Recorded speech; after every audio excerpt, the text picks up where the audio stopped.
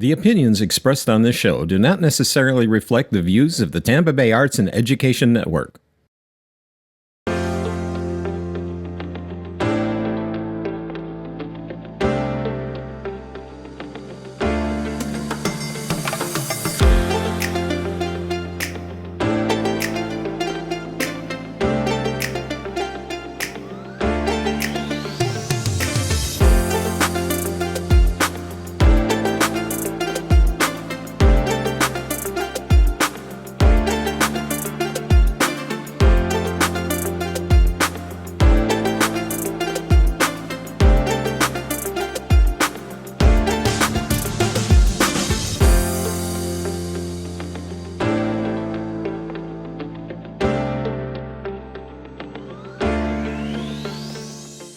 Hello, everyone, and welcome to another edition of Connecting with Kim here on Tampa Bay Arts and Education Network. I am your host, Kim Droege, and we are so glad you joined us today because, no exception, another great show coming up.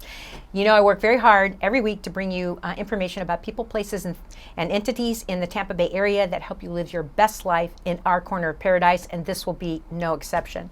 So before we get started, I want to thank my sponsor, the Spring of Tampa Bay Boutique, for my on-air wardrobe. They are now located at 4415 West Osborne here in Tampa. They have a brand new location. I want you to go and visit them. The boutique and the thrift store are now in one location, and you can just shop to your heart's content, and the net proceeds help support their mission. What is the mission? Providing safe spaces and empowering services for survivors of domestic violence and their children. And they've been doing it for more than 40 years, and they do a great job. So I want you to go and patronize the boutique and the thrift shop. And while you're at it, you can like and follow my Instagram, Facebook, and X account, where you will find all the information about the show, the on-air wardrobe, my guests, their mission, their passion, and should you be so inclined, and we hope you are, that you will continue to find out or help volunteer or donate or whatever the case may be for the show we're having that day. So thank you so much. And I want to mention that you can catch the audio of our show on Sun Radio, 96.3 FM, and on your favorite streaming platform, Monday, Wednesday, and Friday at 3:30. We started in radio. We still respect community radio. And so if you can't tune in to TBAE on Spectrum 636 or Fios Frontier 34, you can listen to the audio. So I'm so excited about my guest today, and she's someone I admire very much. And I've known her for a short period of time, but I'm enjoying learning more and more about her.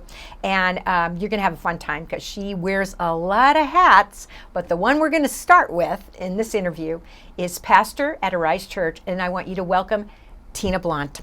Thank you, Kim. I'm so excited to be with you. They're so happy you're here. We've been trying to do this for a while. We finally got it scheduled. We finally got it done. And you were so flexible because I was telling them before we went on air, my schedule took a hit the last couple of weeks. So I appreciate people being flexible. So Tina, we start out the show the same way every time. I love people to share their life journey because you just never know when somebody out there has the same part of their life journey coinciding with yours. And they're going to want to hear more about you. So thank you so much. My life journey has been a wild ride, beginning in the origins of the West Virginia mountains. My father was from Pennsylvania. My mother was from Ohio. Why on earth they had me in West Virginia, I don't know, but we didn't stick around very long. They traveled south to Tampa, and that's where I grew up for all of my childhood. Went to Chamberlain High School, HCC, and then did a little stint in the Chicago area for business, but Tampa was home. But when I returned back from the Chicago area, I landed in Brandon. And I remember growing up in Tampa, we were a little bit of Tampa snobs. Like, we thought Brandon, like, what is Brandon? But Brandon has been my home for the last 20 years, and it's where I've been professionally committed. It's where I've been personally committed.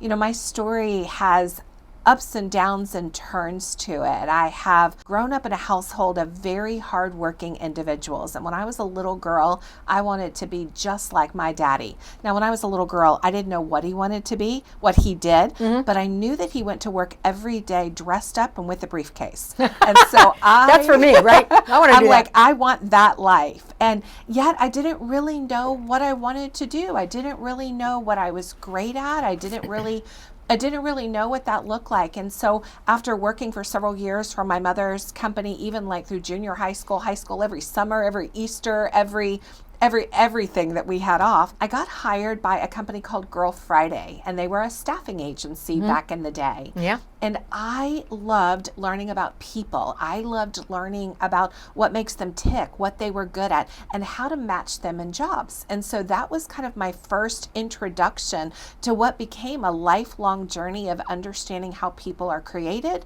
how they're wired, how they get to express themselves in the world. And so I worked for that organization, worked for a couple of different staffing agencies and in corporate professional areas and high-tech areas, then stepped into the corporate world and went to work as a recruiter and a talent acquisition specialist.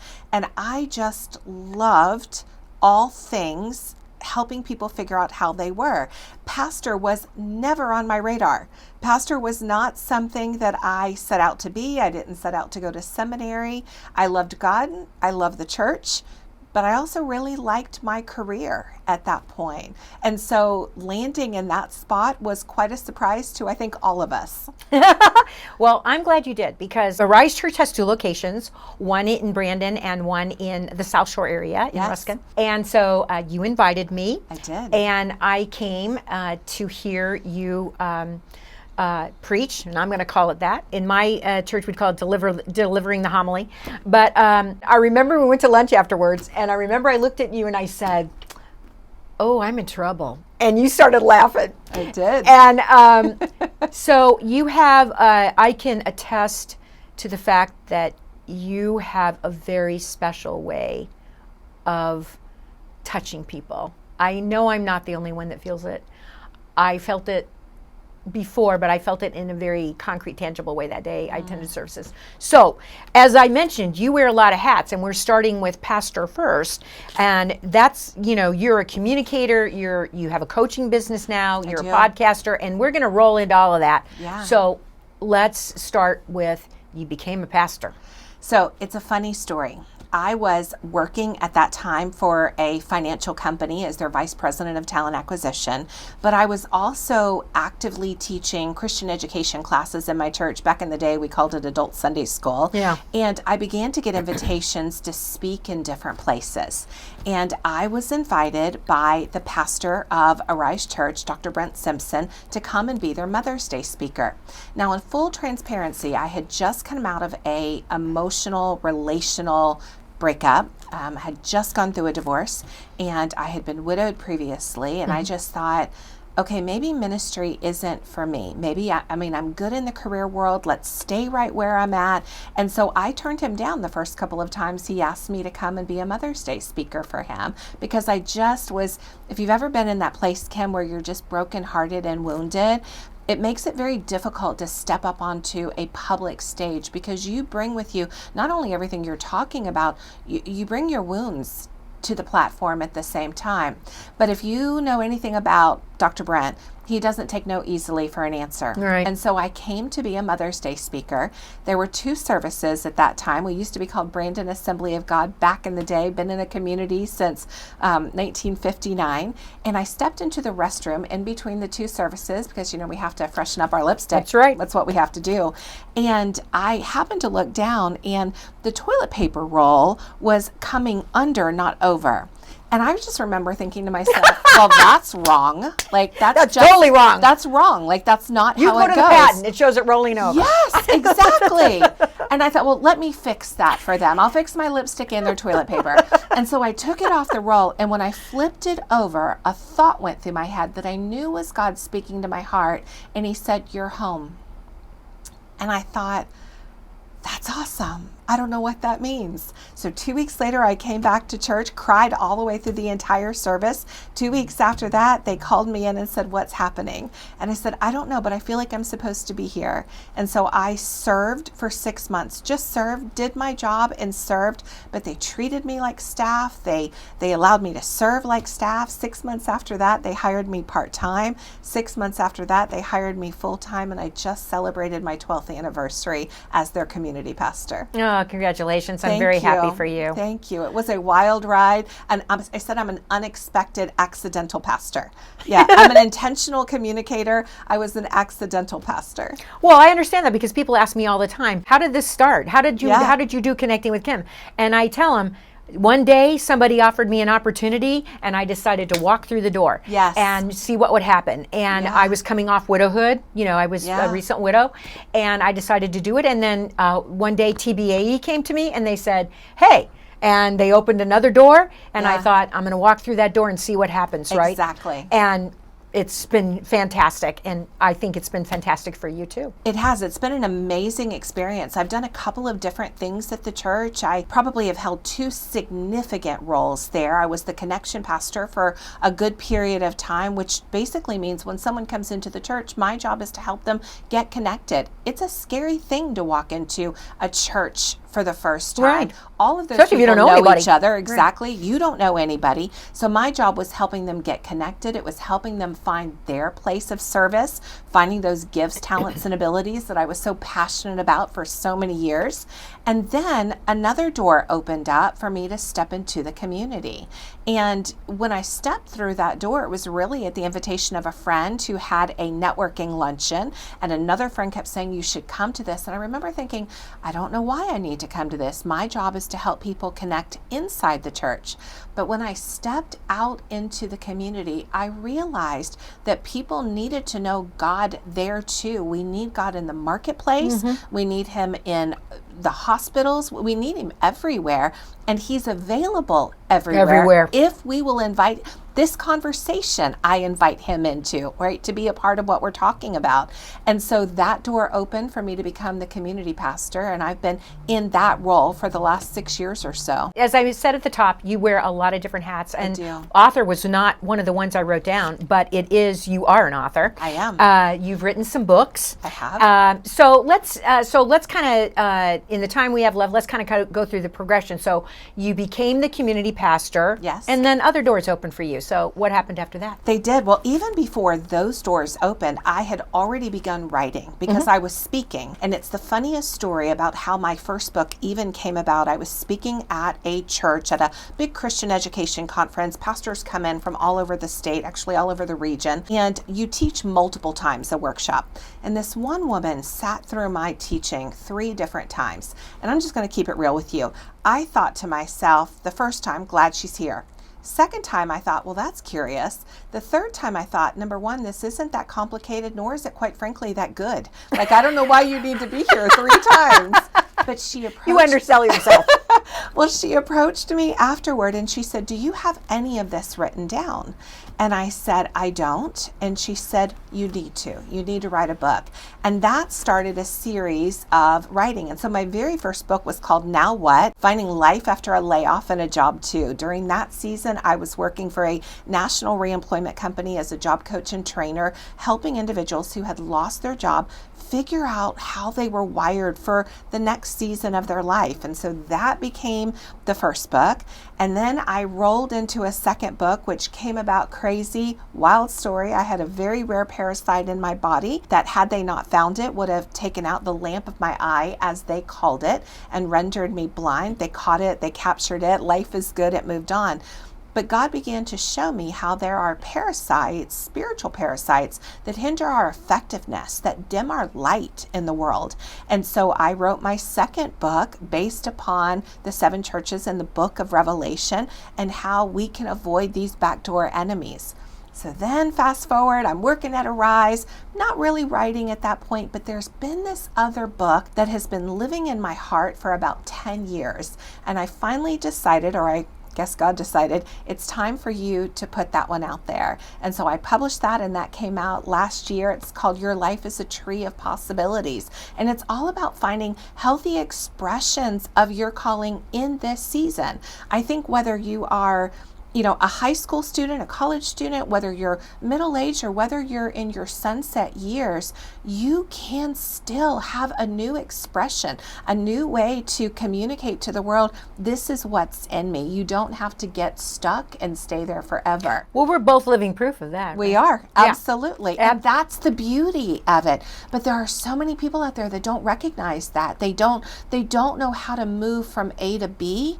And so they get stuck somewhere in the middle of the two. And so that's where, go back to my early 20s of helping individuals in a staffing agency has really come full circle. The only difference now is that I can say to them, God created you He has a plan for your life, and He's equipped you to fulfill it. So let's take a look at the doors that might be opening for you, and maybe how we knock on a few of them to see which ones will open. Well, okay, so we've got first pastor, Yes. author. Now, you coach I do. and you're a podcaster. So I don't want to, skip any of that because it's all good stuff. So Yeah. I should reintroduce my guest today on Connecting with Kim here on Tampa Bay Arts and Education Network. It's Pastor Tina Blount from the Arise Church, but she is so much more. And now we're going to talk about a couple more of those hats that she wears in the community and helping others. So let's talk about that. Well, let's talk about coaching, because coaching is something that I did even before coming to Arise as a pastor. When I stepped out of the corporate talent acquisition world, I thought I knew everything about how to find a job. I thought, okay, I can tell you how to write a resume, I can tell you how to market yourself.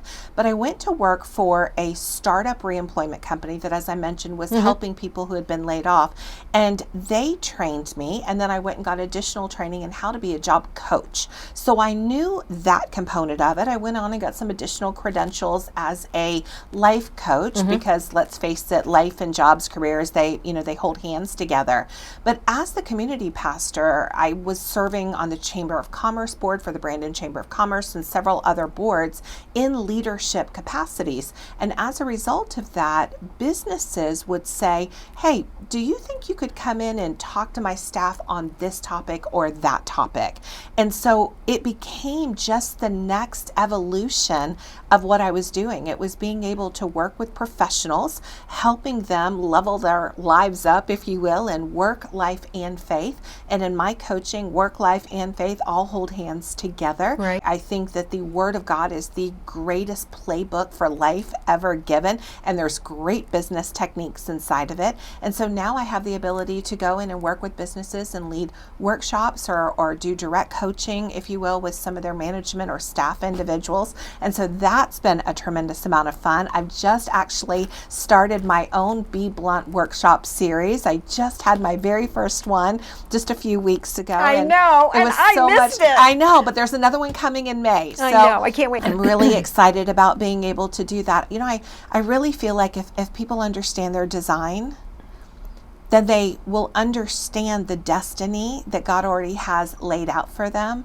And then they can go ahead and build their dynasty, whatever they think they want it to be able to look like. And so as another evolution of that, I really felt like God was inspiring me to start a podcast. And that was, again, it was a stretch. It was way out of my comfort zone. I mean, just figuring out the technology, I needed to call in reinforcements, right? That's the beauty of having a young adult daughter who is fabulous and super smart, that she steps in and helps me. But we started a podcast. And so I just celebrated my year anniversary of weekly podcast, and it's called Be Blunt. And literally I talk about work, life, and faith topics. Faith is always woven all the way in through it. And we're having a lot of fun helping people, inspiring people, encouraging people every single week. Well, I often say to people that you have transferable skills even if you don't realize it. True. It's somehow, and I'm sure you've experienced this, particularly with people who have had a career and then got laid off and now they've got to figure out the next chapter of their life, right? You have transferable skills, but a lot of times I think what it comes down to is when God presents the door, right? The opportunity, right? Having the courage, the faith, and the confidence to step through the door. 100%. Because when I did this, I said to myself, well, it's either going to be great or it's going to be over. Right. But no matter what, I'm going to learn something. And that's it. That's 100%. We don't fail. We just learn another way, maybe not to do it. We find another expression of it. And I think for me, the message that I think probably that resonates so heavily on my heart at the moment is that everybody is out there looking for success, right? We all want to leave our mark on the world, and there's really nothing wrong with that. Right. But I would challenge the motive of it that drives individuals. There's a very big difference between being successful and being fruitful. Fruitful lasts forever. It lives beyond you. And so even if you take an opportunity and it doesn't work and it's not good, well, who learned from you? Who can you share that story with that you inspire them to take another shot, to swing for the back fence? Exactly. Let's do this thing. And so I love that. I'm glad you're doing this because it's giving me the opportunity, along with so many other people, to come right alongside of you. Well, again, I don't think anyone in my growing up knowing me would accuse me of being having a lack of confidence or being adventuresome.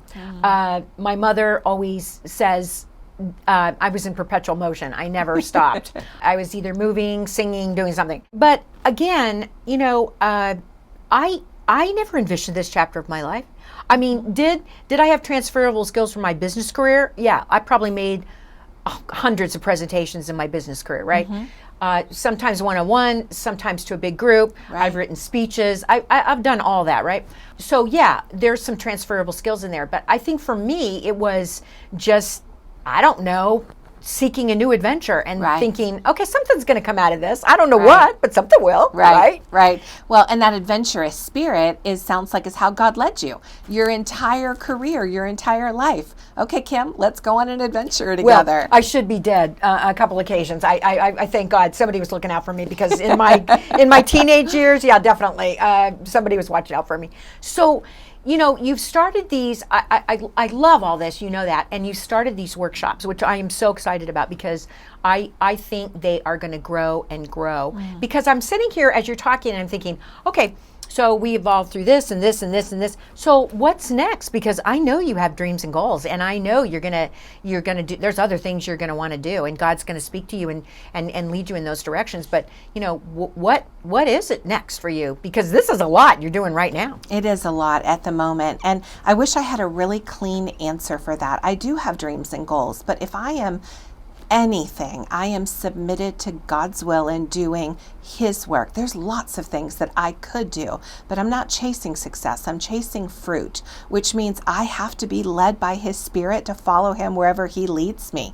Right now, I want to keep doing the podcast and grow our base of individuals that we're reaching. I want to continue to do that. I want to continue coaching. I want to continue offering the coaching courses that I put together and put out there. I also want to continue stepping into businesses and coming alongside of professionals and helping their teams figure out how to work well together and communicate well together in the way they were designed to do so. I want to continue to be able to coach individuals. I also want to continue to preach and teach because I love that too, and maybe write another book or two. So until He gives me further direction, I'm just going to keep doing what He's put in front of me to be able to do. Well, I love the definition of success versus fruitful, because success means different things to different people. And my experience in corporate life, and I'm sure you've had the same experience, is people thought they wanted something,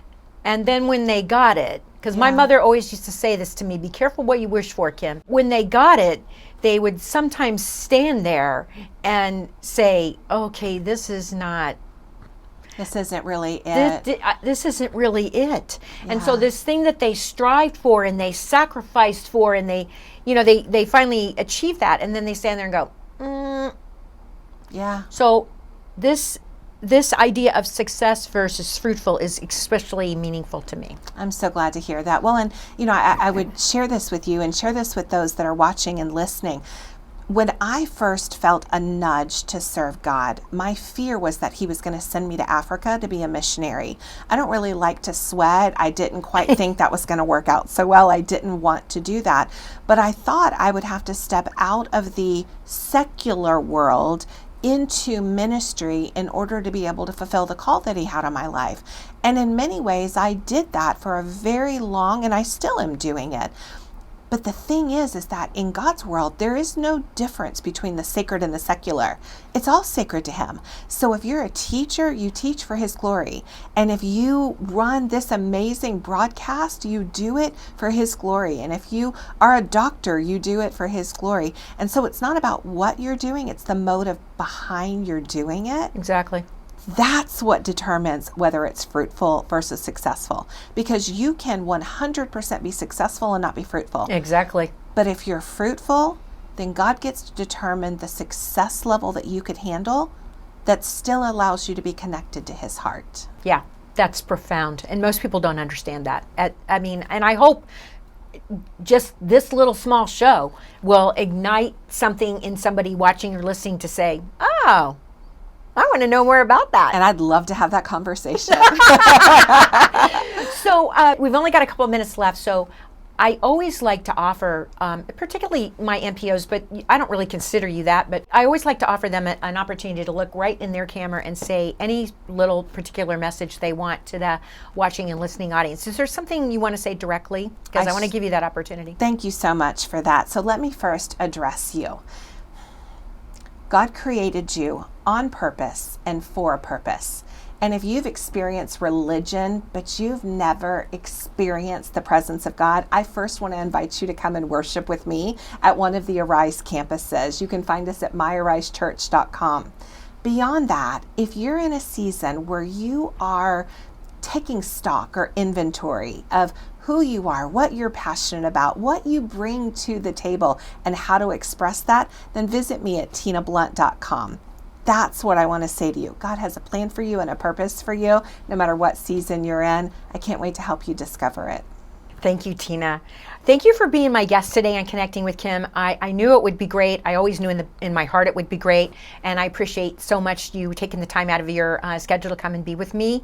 And most importantly, to share these incredible messages with our listening and watching audience. So I'm thank honored you so to much. be here. Thanks, Kim. So my guest today, if you're just tuning in, so now you have to go back and watch the whole episode because it was Pastor Tina Blount from Arise Church, but she wears so many other hats.